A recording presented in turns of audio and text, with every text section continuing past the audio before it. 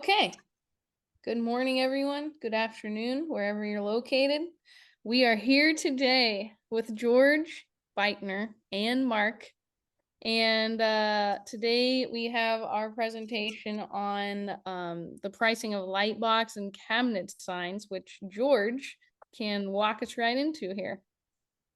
Okay, you ready? I'll get her going. If you want to go ahead and pop on to the next slide. Before we get going today, I brought in a guest contributor, Mark Casson. Mark and I go way back. I think he's on the cusp of hitting his 20th year in sign world. When we decided to come up with this particular session on light cabinets, the discussions I've had with Mark in the past, he's done quite a few of these, much more than we have in our business. When I was with All Star Signs, and our strength was more in new construction, but we did some of these. But I think some of the signs that Mark is going to share with us today are going to be really helpful. The last session that we covered was primarily on monument signs, some foam craft Peachtree monuments, metal cabinets, and how we go about replacing old tired faces. For today's session, we'll discuss light boxes and cabinet signs, and many ways to have them built to achieve the end result to satisfy your customers' needs. So at this time, we're going to flip to the next slide, and I'm going to let Mark start to discuss a little bit about some of the signs that his company has done and the success they've had with not only fabricating these signs or having them fabricated from outside sources, but also what costs that he has been able to come up with, not only what his costs were from his suppliers, but also what his markup was and how he achieved the end result. So, Mark, take it away. And I also want to mention too, if anybody has any questions as we're going through this particular session, don't hesitate to raise your hand or put a note in the box, and Sheree will help us navigate through those as well. So, Mark, good morning. I mean, good afternoon to you, because I think you're all the way over. I remember you're still in the Atlanta area. How are things today in lovely Georgia? Well, it's just been beautiful here. It's the weather is cool enough now that you sleep better, and it's nicer in the morning. You don't feel like you're walking into a sauna when you go to work. So it's good. Yeah. It is very good. So to get started, first of all, a point about light cabinets. At least for us, it's not so many light cabinets that we do. We do a lot of replacement faces, and when you're doing monuments, like Peachtree foam craft and that sort of thing, you're doing channel letter projects, you're almost never replacing the entire you're almost never just replacing the face. You might be replacing dimensional lettering on a monument, but with a light cabinet sign, as often as they possibly can, your customer is just going to have you replace the face and keep the old cabinet. So we do a fair number of flat acrylic faces with either a cut vinyl, translucent cut vinyl graphics. We do a fair number of digitally printed graphics. Again, if it's lighted, you want to make sure that you're always using translucent. We do a fair number of pan form faces, both non-embossed and embossed. George and I laughed the other day. I was reminded, as I'm getting a definition of a pan form face off of Google. There was a manufacturer that in their paragraph description mentions debossed letters, and so instead of protruding out from the face of the pan, they are indented in or recessed in. And in almost 20 years, we've never done a single one of those, but I do want to mention them. And so again, you have flat acrylic, you have pan formed, both embossed and non-embossed. And then you also have push through letter cabinets. If you want to stretch it and call call a pan or an aluminum cabinet with channel letters mounted to the cabinet, if you want to refer that to that as also a light cabinet, then I guess you can, although I chose not to really talk about that for the purposes of saving time. So if you want to go to the first slide.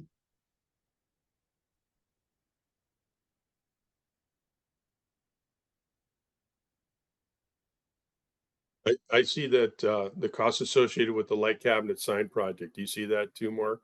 No, I don't see it at all. What am I doing wrong? Well, you might be because it's come up for all of us, I think.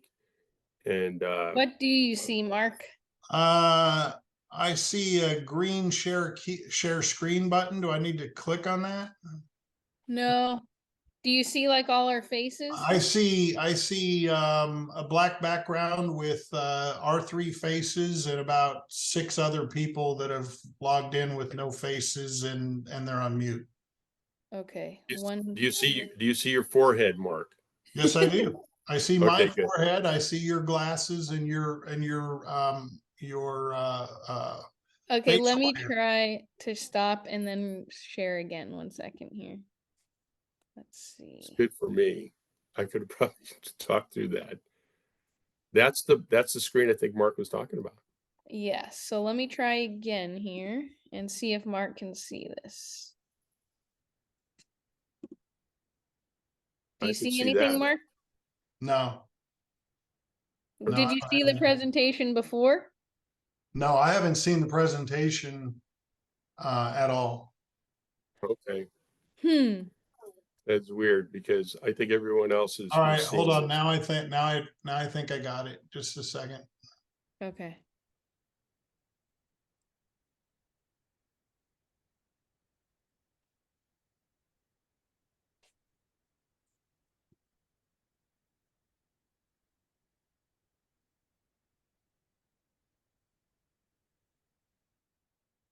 Okay.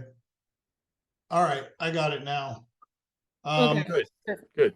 So I started out with just a breakdown, not knowing, how George told me that we would be talking to a bunch of newbies, not knowing how new the newbies are. I thought it made sense to kind of walk through the various costs that are associated with the light cabinet projects. Unfortunately, the majority of them, at least the majority of the ones we do, you can't just grab a ladder and go out and survey the cabinet. You're going to have to get a bucket truck involved. At least half of the ones we do are that way. The software that or the little tool, the spike device that a lot of people have. We have one too. We haven't used it in 3 years. So if anybody wants to buy it, you're welcome to give me a call. If I'm going to start a project, I typically, we do the survey and we tell the customer up front, we're going to pay, we're going to charge you for the bucket truck to go out there. While they're doing that, make sure they're surveying not only the cabinet dimensions, including the depth, but also the condition of the lighting inside the sign. Most of the time, I would say 25 to 50% of the light cabinets we do, most of the time they really need to have the lighting replaced as well. And about half of most of the time, the customer actually goes ahead and agrees to have that done. So it's definitely an opportunity to add to your ticket. How do we price existing lighting? If there's fluorescent tubes involved, you can get 8-foot fluorescent tube for somewhere around $5 a tube. We mark those up at least 100% and usually more like 200%. We might charge $15 for the tubes, and that's simply because it's a hassle going and picking them up. Dealing with the possibility of them breaking, that sort of thing. I would say 10% of the time, maybe 5 to 10% of the time, there's an opportunity or a need to replace the wiring from the source, from the junction box.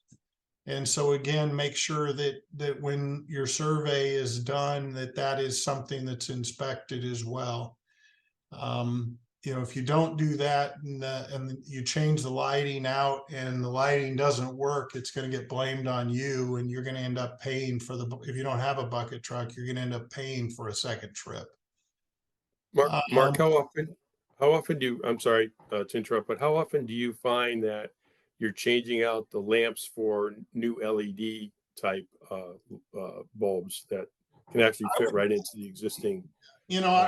Unless the lighting is in really, really good condition, I would say 60% of the time that we do new panform faces, it's almost an automatic for us now. We'll say, hey, you might want to change out your fluorescent tubes to LEDs, and we send them information on how much that's going to save them in terms of electrical costs Right. and then we'll kind of walk them through, how often are you changing tubes and how much are you paying to do that? And, so we make it a math exercise, and I would say 60% or more times we end up getting a commitment to change out the LED as well. Okay, cool. The other thing too is if you want at this time, Sheree, you could, I think, click on that sign or the actual picture of that sign before you go to the next slide. If you click on it, I think it'll enlarge it, I believe. Does it move at all? Does it go bigger at all? That's fine. I thought we had some of those. There might be some of this that will actually, when you click on them, they'll enlarge, and then we can shrink it down by using the back arrow. But all right, let's continue on. That Mia Aesthetic sign, that's actually a push-through letter cabinet, and we'll talk about those later on in the presentation. As far as faces, almost all the faces we have done, panform faces, are done by a company called Worldwide Signs. They have locations up in the Wisconsin, and then they also have a manufacturing facility here in Atlanta. They may have one or two others. I don't know. Those are the ones I typically deal with. And we pretty much target a 65% markup. If I have a project that there's more than two faces, then I might go to 50%. I think the lowest I've ever gone is 40% markup on them. But we found that their pricing on panform faces is really competitive, and we can usually get to 65, and sometimes we'll even go to 70 or 75%. If you're subcontracting the cabinet faces and adding vinyl later or supplying the vinyl to the contractor, don't forget to include the vinyl in the cost. That seems pretty self-explanatory. But managing 5 project managers, I can tell you that there are times where that happens. And then also, and you'll see a sign later on where there's a lot of flowers, a lot of floral on the design, and we spent like $180 in with iStock Photo for all of the flowers that are in that drawing, and make sure that you're covering your costs on that as well. Installation, for us, that varies. It is a lot cheaper in Atlanta to get signs installed than it is in most of the country. And so I didn't feel comfortable listing any kind of a price. I did list all of the things that we typically consider when when we're talking to a customer about installation. Let's go on to the next slide. So the way we're handling this is just by type. This first one, it's a Cuban grill. It's called Tortugas. This is a light cabinet that was existing. It's about 28 inches tall. It's 20 feet long. And I chose this one simply because most light boxes aren't that long. If you are doing pan formed faces, most of the pan form folks don't have a capability of doing something 20 feet long. Some do, but most don't. If your cabinet is only 28 inches tall, then you can do a flat acrylic or polycarbonate face. Kind of the rule of thumb, or at least the rule of thumb that I use, you'll read in the industry, if you research them, they'll say, 32 square foot really needs to be a pan form face.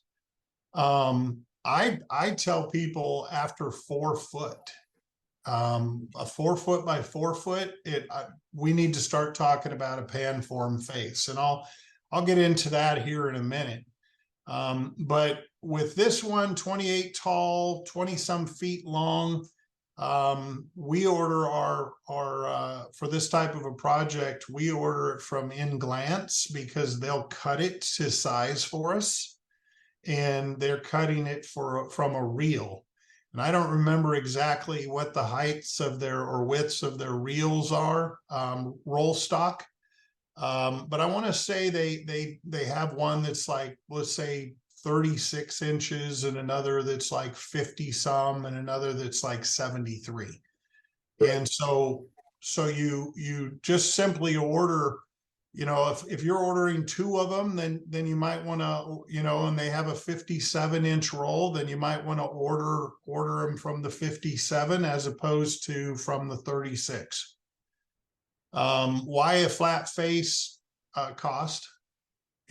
Most customers aren't going to want to, if they feel like they have a choice, they're not going to want to pay for a pan form face.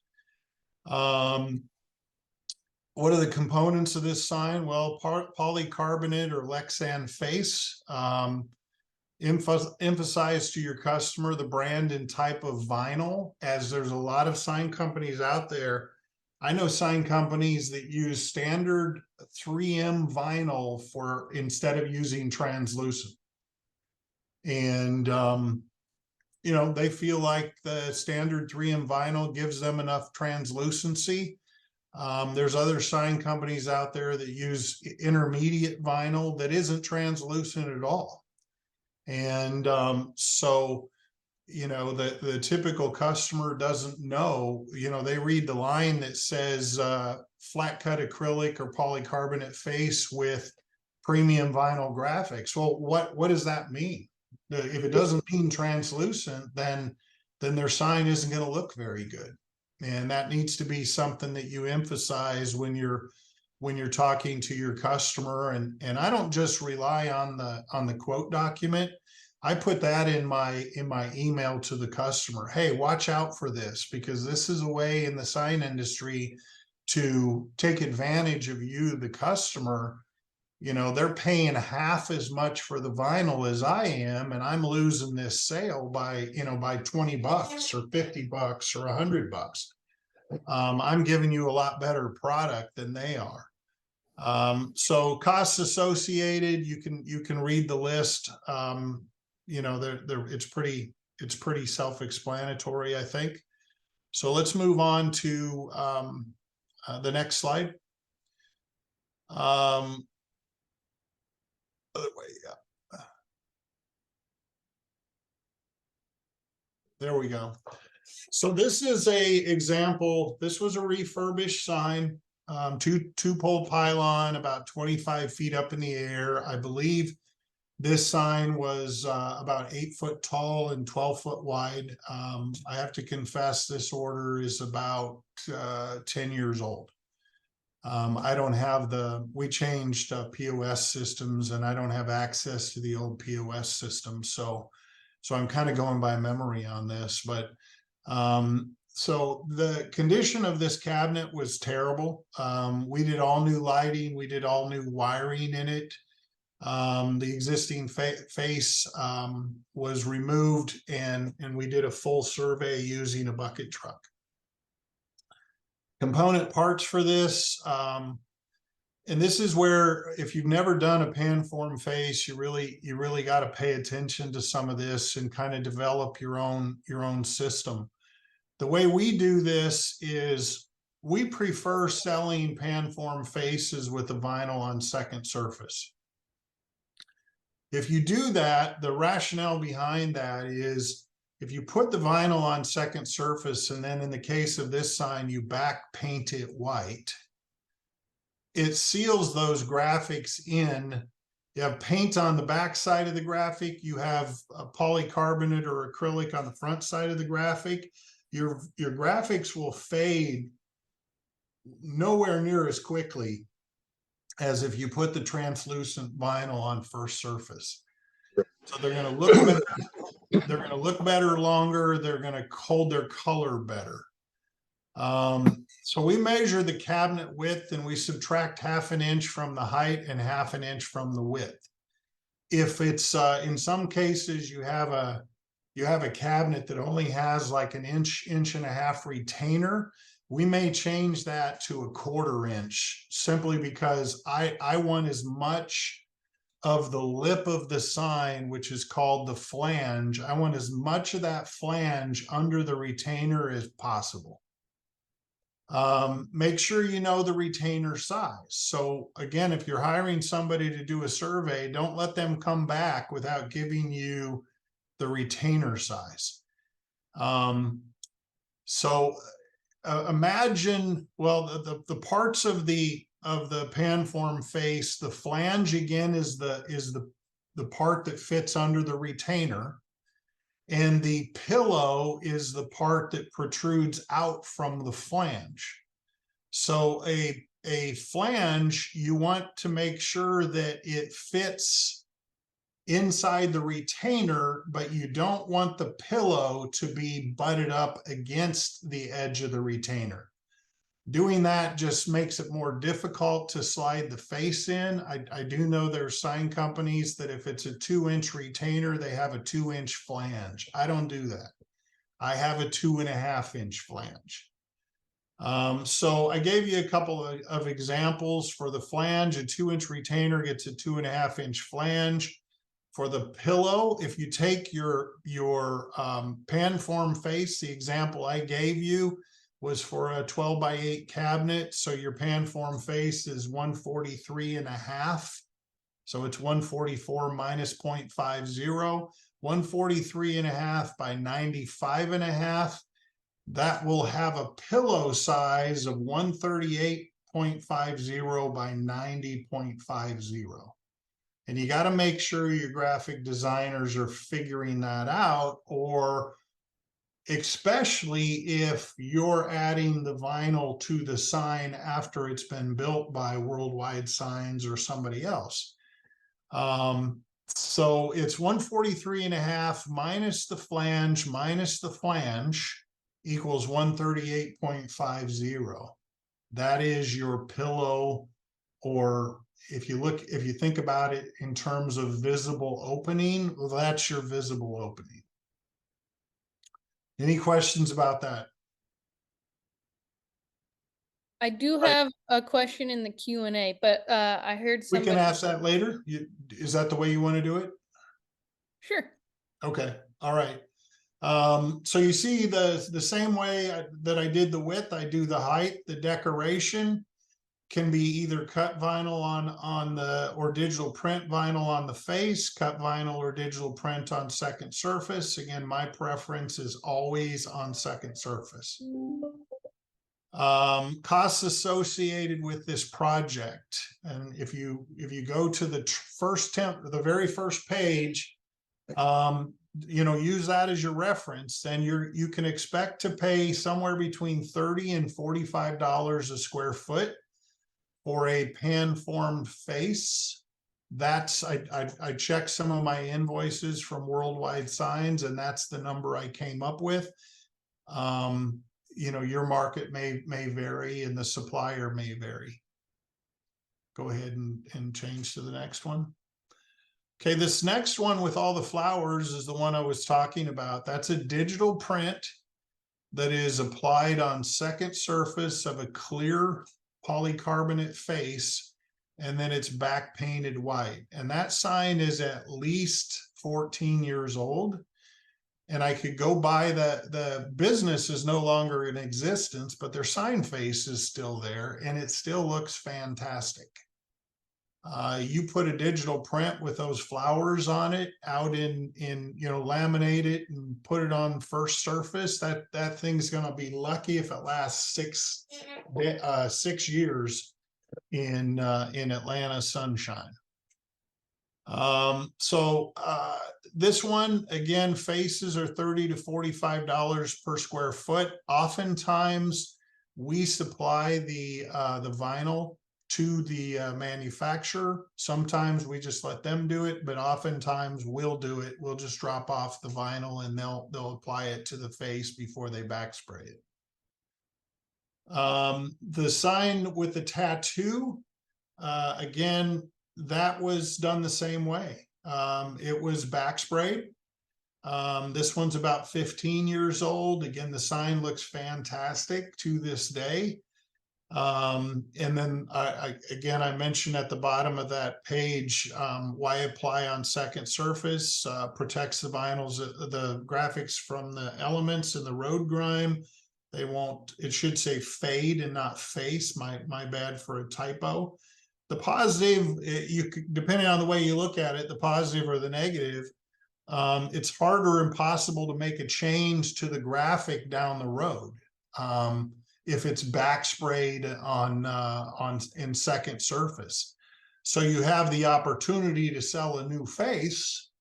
But if somebody changes their phone number or something like that, then unfortunately it's going to be difficult for you to say, sure, yeah, we can change the phone number on that. That probably isn't going to happen. All right. Let's go on to the next page. This is another example. The Howard Payne sign is a embossed. So the lettering and the logo, the words Howard Payne Company and the little squares in the upper left corner, those are all embossed. The line is embossed. The words Atlanta's premier kitchen appliance dealer are not embossed. They're just too small to emboss. The Howard Brothers sign, it is embossed, and if you could zoom in, and I realize you can't, but if you could zoom in, it's a lot easier to see the embossment than what it is on what we're looking at here. The Benjamin Moore sign is not embossed. And that sign, by the way, was provided. We didn't do the Benjamin Moore sign. That was provided by Benjamin Moore. And look at how wide the flange is on that sign. You know, they could have gotten a fair amount of additional surface area on that sign, more like what we did with the Howard Brothers sign. There's probably, it looks to me like there's at least an inch of flange that's visible that doesn't need to be. So why do embossment? Well, first of all, any national company that has a light cabinet, they're using embossment. It increases the perceived value of the sign. It looks better. You know, a flat, I mean, again, look at the Benjamin Moore sign compared to the Howard Brothers sign. The Howard Brothers sign pops a lot better than that Benjamin Moore sign does. I gave later on, there's some examples of costs. We're quoting a project for a local high school, and we quoted a pan form face without embossment, a pan form face with embossment, and then we also quoted a push through letter face, and you'll kind of see the the difference in markup and the difference in pricing from the manufacturer. So Hey, Mark, real quick too, if you could, some people might not understand how the embossment works, where a push through letter is where you cut out an area for the letter to go through. You want to explain a little bit about the embossment process? well, in embossment, they're actually building a form for, in the case of the Howard Payne company, they're building a little, basically a dimensional letter. I believe they make them out of wood. I'm not 100% sure about that, but when they're vacuum forming the sign face, and they're they use an oven to warm that plastic, the polycarbonate or the acrylic. They're doing that with the forms in place, with the letter form, and so that's how that's done. I can't give you any more of a description than that, because I've never done one myself, but that's my understanding of the way it works. Hey, Mark, Theo, you are correct.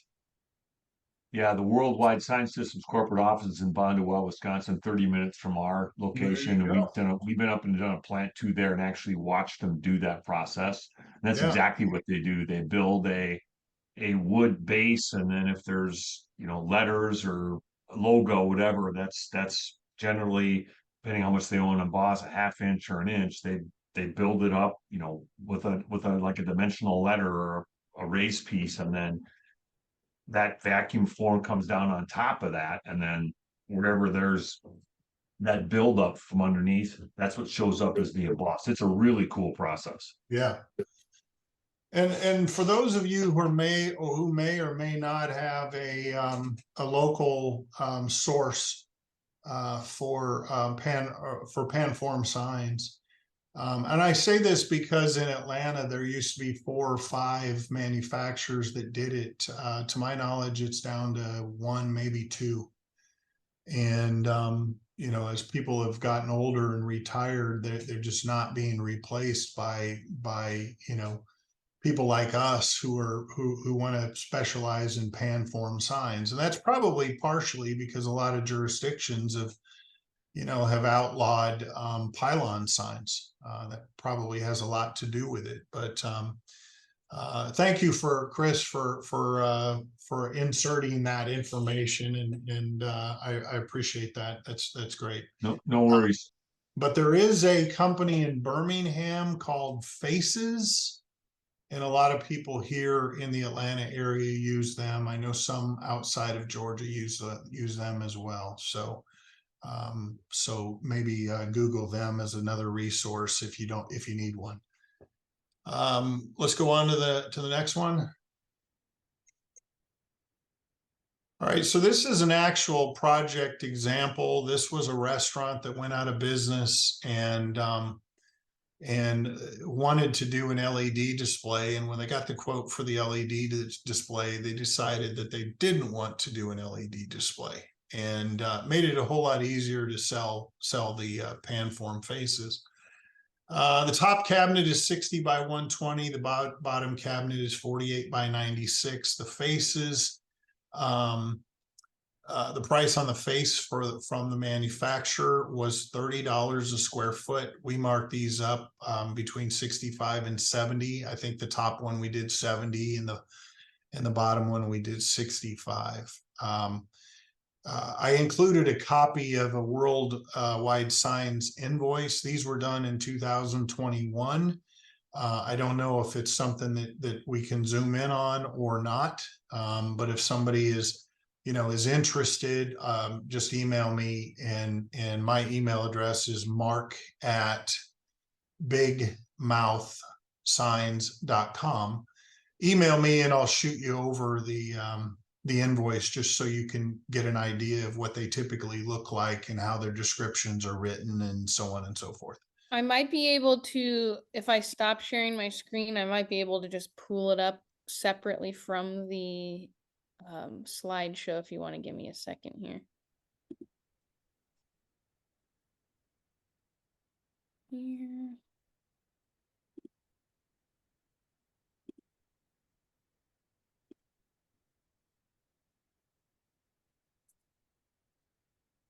While she's doing that,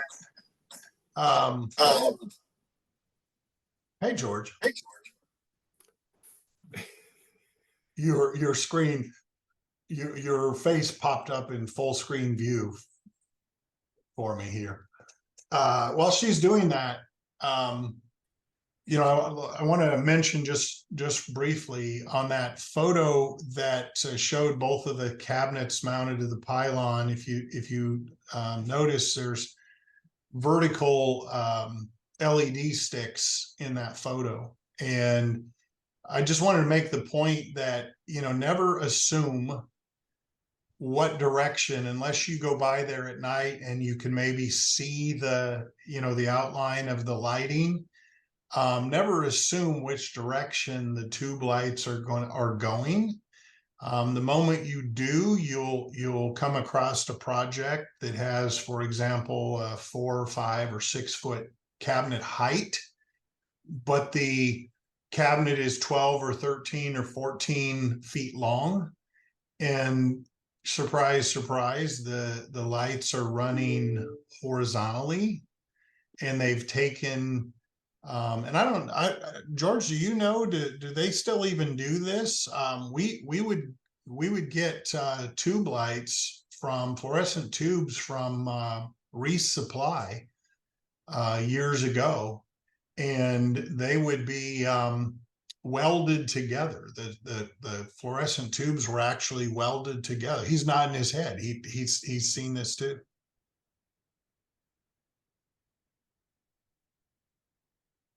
You're on mute, George.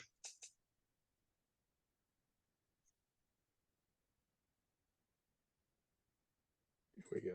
All right, can you hear me now? Yeah. Yeah, so they would actually add those extensions on for the different applications depending on the size of the light box. And while you're on that subject of interior lighting, is that some of the things that you see also are from sign companies that actually would install these, and they're too close to the actual face of the sign, creating hot spots or an uneven lighting. So there's multiple ways to achieve that, and in some cases we've even had light boxes where we'll run around the inside perimeter of the box LEDs, white LEDs that actually point towards the center like you would on the inside of it, maybe a thinner channel letter, and that'll provide the ample lighting that you might need to illuminate the inside of the cabinet itself. So there's multiple ways to go about it, and each application really it actually requires you to have a better understanding of what actually is going on inside that sign, and what sign face you're putting up and how it's going to, you know, react. Because when it's all said and done, you finish the project and you had good intentions and it's not lighting properly, your customer will let you know that, you know, I need this to be repaired or fixed in such a way where it's better, and you're the professional. Right. There you go. There's a price sheet that you got up there. Good job. And then to add on, you know, some of you may be going, well, gee, Mark, it's great story, but you know, everything's switched to LED now, so the chances of you know, purchasing welded fluorescent tubes with the extensions on them are pretty slim. The reason I bring that up is because if you haven't done much in the way of retrofits with LED, you know, one of the ways to do that is sticks that fit actually in the sockets. So if your sockets are running horizontal and they're 14 feet apart, then you're either going to have to completely redo all the sockets in the cabinet, which you may or may not have planned on doing. So again, so just be aware of what the direction, when your survey is being done, make sure that that's something that you cover, not just the condition, but which way are they sockets, which way do they run. So I don't know that there's a great reason to you know, to go through each of these line items. You know, they basically just call it pan, form, face, vinyl decoration, the dimensions, and the material. They don't typically get a whole lot more specific than that. But if you do the math, they're priced at about $30 a square foot. I also found the photos to zoom in, but so like here are the photos. There you go. Beautiful. Nice. Yeah, those were Um, all non-embossed. Now this we're going to cover oh, next. sorry. This one? Yeah, this one we're going to cover next, and that's a push-through letter cabinet. Let me go to the one you were asking to zoom in on once. Let me find it. Yeah, Oh, here we go. This there one. you go. Yeah. Okay. So the embossment, not only do you have the white faces, but see how dark the return on the embossment on the words Howard and Brothers look, which just adds to making that pop out. Whereas the Benjamin Moore, obviously, because it's a flat graphic on that pillow, doesn't have that. Correct. So looks a whole lot better, and is a way for you to up that ticket price. Can you go back to that one that's got the pole sign that has the opening on the back side of it? Okay. I think you just there, This that one? one there. Yeah, and this is a good example too that Mark put together. If you can tell, it's hard, maybe it's hard to see, but the inside, when you look to the inside of that pole sign, you can see that there's layered vinyl and probably the paint and maybe some other vinyl covering that that actual sign face. Is this the one I was thinking about, or is there another one, Mark, that you No, have? I think it's this one. You know, so it's kind of hard to see because you've got it pretty much zoomed in as best as you can. But it's another good example, and it has the vertical LED tubes that are probably new compared to what was in there before. Right. And again, you know, if you have not done much in the way of refurbishing lighting or changing out the lighting, you know, there's a number of ways that you can purchase these. You can purchase basically what looks almost like a curtain rod that pops into the sockets and then has LED modules or diodes, whatever you want to call them, attached to either one side or both sides of that stick. And those are then connected to a power supply, an LED power supply, just like tube lights are connected to a standard power supply. They now make LED tubes that have the power supply built into the tube. So you're not buying a separate piece. And so again, just be aware of that. Some people like the tubes better. Some people like the sticks with the separate power supplies better. We've actually sold both. So just to make you aware. All right. Okay, should I go back to the Yeah, let's go back to and let's skip to the next one. All right, so I thought I had the fan form face. I think we might be missing a slide. So we have this current project that we're doing for Norcross High School. It involves an LED display that's about 4 foot by 12 foot, and then sitting on top of the LED display is going to be one of 4 cabinet options. So the cabinet with pan form faces, cabinet size is 36 by 141.75, which means a face size of 35.50 by 141.25. The first option, the cabinet with pan form faces, non-embossed, $2,670 or $75.36 per square foot. Now that is a single-sided light cabinet with LED illumination and a pan form face. So we mark that up 65%, or $4,405.50 per cabinet. So a total of $8,800 for the two single-sided cabinets. And that includes the faces. Doing the embossment, and again, we could have easily increased the price on the embossment more than we did, but I guess I was feeling generous and I just marked it up 65% as well. But notice the price is only a $223 more per cabinet for the embossment. So I'm not sure why anybody would do one that's not embossed. Right. For push-through letters, the price goes up fairly significantly.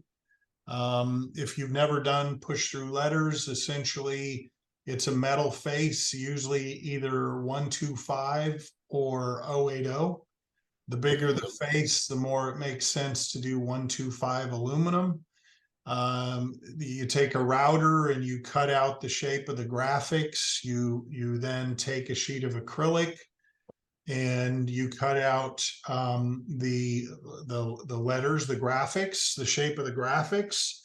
Those graphics are attached to a separate sheet of acrylic, using some type of a welding compound, a liquid welding compound, and they're positioned such so that when you place the acrylic sheet behind the routed out face, the letters or the graphics, quote, push through the metal face.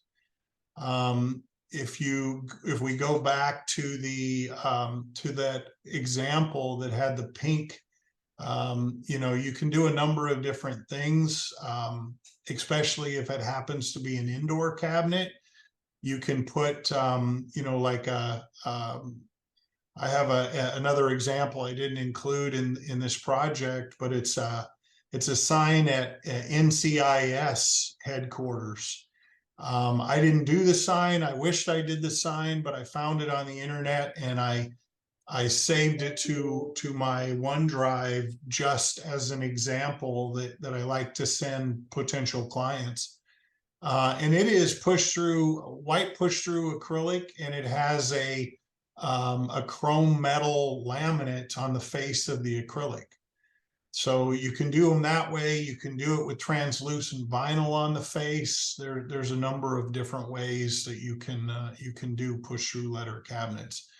If it's outdoors, I almost always use 1-inch thick acrylic push through. If it's indoors, I almost always use 1/2-inch thick push through. As far as price, the cabinets that I described for Norcross High School are about $111 a square foot. Was the price from Worldwide Signs, and the 65% markup makes them about $13,000 for two cabinets. And Mark, you can usually find that the price per square foot that you've brought up here is typical for your pricing method whenever you're looking at a particular sign face. And we talked about that in previous sessions where you might look at something and typically it's going to run, $75 or $80 a square foot for this type of a sign. So you have a rough idea ahead of time before you even start pulling up the numbers. That's exactly right. I kind of try to go by a good, better, best philosophy. A good is a pan form face that doesn't have embossment. A slightly better is a pan form face with embossment. And hey, if you want your sign to really make a statement about your business and add perceived value to your business, then consider a push through letter cabinet. And we do a lot more pan form faces with embossment than we do non-embossment, and we do a lot more pan form faces with embossment than we do push through letter cabinets. but it depends a lot on a law firm with a light cabinet is probably going to love the idea of push through letter face. They want to the perceived value, or a medical clinic. Whether it's $6,000 or it's $4,000 doesn't really matter to them. That's a few hours of billing maybe, and it's 5 or 10 years, 365 days a year of higher perceived value that's their language. That's what they want to hear.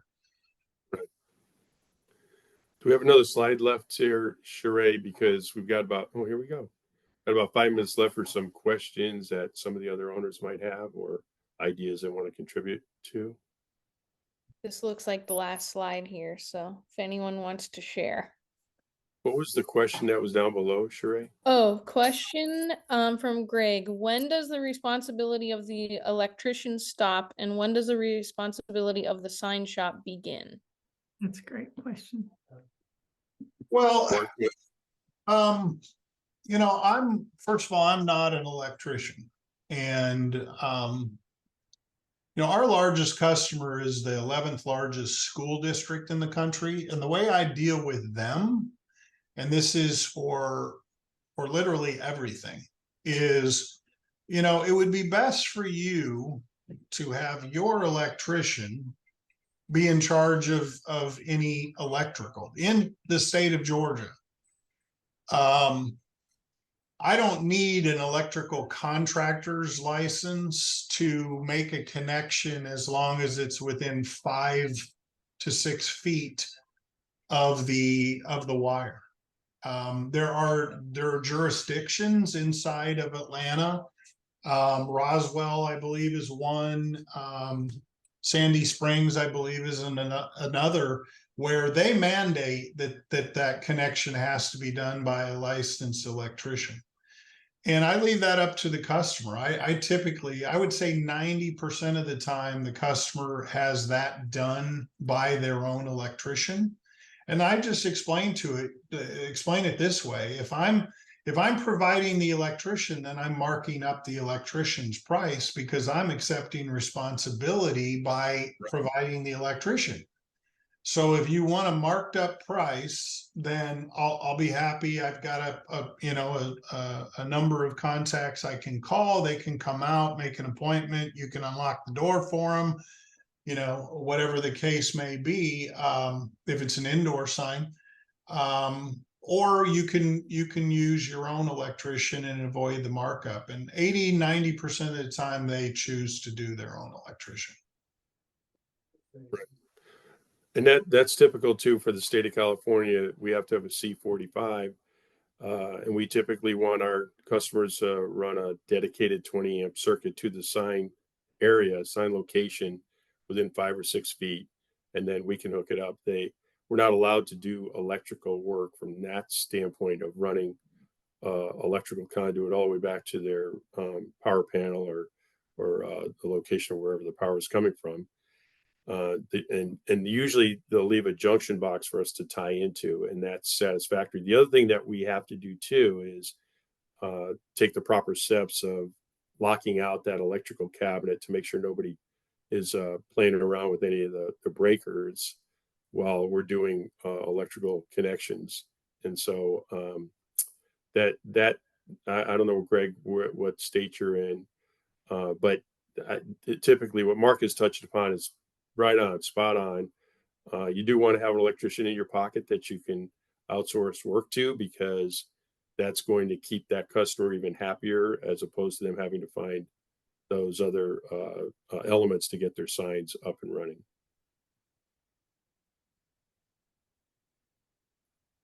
Any other questions? Any other ideas anybody has out there before we lose our connection here?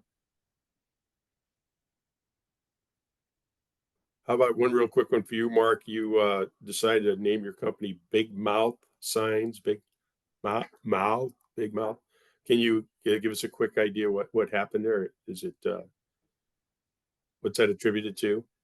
Well, I was 19 and a half years ago, I was laid off by my corporate job, and I had an 8-year-old son who wanted my attention. I'm sitting at the kitchen table with a laptop trying to decide this existing sign company that I was buying. I hated the name. It was Sure Signs, which means it's Sure Signs or it's Shore Signs, or it's, you know, people are trying to email you and they can't spell the word sure, S-U-R-E. I hated that name, so I wanted to come up with something that was a little more memorable. And I'm sitting on this laptop, I'm going through Microsoft clip arts, and my 8-year-old little boy came up and, you know, Daddy, what are you doing? Well, I'm trying to come up with logos for my sign company. Well, what's important? You know, he wants to help. And I said, well, he said, I know what signs are. I know what sign companies do, but what's important? And I said, well, it's important that they be classy, but they also have to be loud. And he said, loud like a big mouth? And I had seen this clip art that had this hippo with his mouth wide open. And I thought, holy cow, you know, I was very My involved. son nailed it. My son actually nailed it. Yeah. And Beanie Babies were really popular back then. And I was real involved with a high school that was like the 7th most successful per Sports Illustrated magazine, 7th most successful high school sports program in the country. And, you know, lots of people throw stuff out during the game to the crowd. And so I'm imagining making Beanie Babies in the shape of this hippo with his mouth open, thinking, well, that would just be, I mean, it was completely, you know, not a good idea. But I was naive at the time and thought, well, that would be really cool. And so that's how it started. And, you know, the number of times people have told me, well, the only reason I called you is because of the name of your sign company. It's pretty Good.